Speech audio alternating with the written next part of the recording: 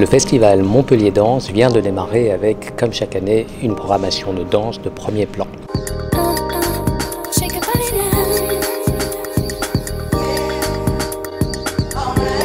Cette année, deux chorégraphes majeurs de la scène hip-hop française se retrouvent, Kader Atou et Mourad Merzouki, pour un show appelé Danser Casa. Alors ces deux-là se connaissent depuis fort longtemps. Alors on s'est rencontrés totalement par hasard, mais très jeunes, à l'âge de 7 ans. On a été inscrits, et Kader et moi, dans une école d'arts martiaux, qui était également aussi une école de cirque. Et donc on a continué ensemble jusqu'à l'âge de 17-18 ans pour monter notre première compagnie, Acro-Rap, où on mêlait le hip-hop et le cirque. L'école de cirque nous a beaucoup apporté dans le rapport au public et dans cette capacité d'imaginer des choses en fait. Et je crois que déjà à cette époque-là, la chorégraphie s'est dessinée à ce moment-là.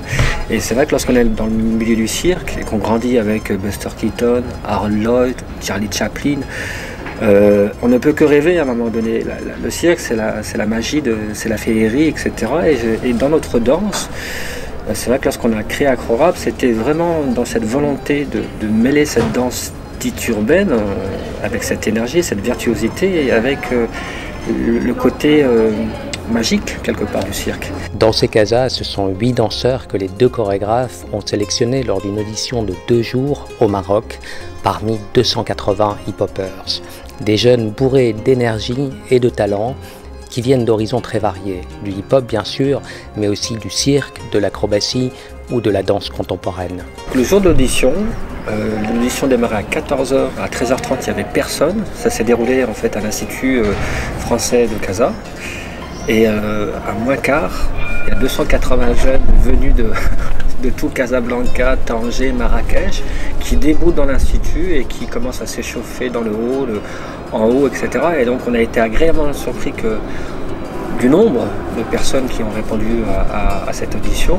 Ça a été à la fois très riche, extraordinaire, parce que nous avons vu énormément de talent. Avec Kader, on incarne ce désir de partage, on incarne aussi cette volonté de prendre des risques, d'imaginer des projets à la croisée des arts, et là, de le faire avec de jeunes danseurs marocains qui, pour la plupart, n'ont que Internet pour apprendre à danser. Pour nous, ça a été précieux. En fait, dans ces casas, il n'y a pas vraiment une thématique particulière en fait. On est parti sur l'idée de raconter quelque part ce qu'ils sont eux, à la fois dans leur énergie, dans leurs rêves, dans leur ambition, dans leurs doutes, dans leur souffrance même à un moment donné. Donc c'est un spectacle qui traverse un petit peu toutes ces palettes de couleurs.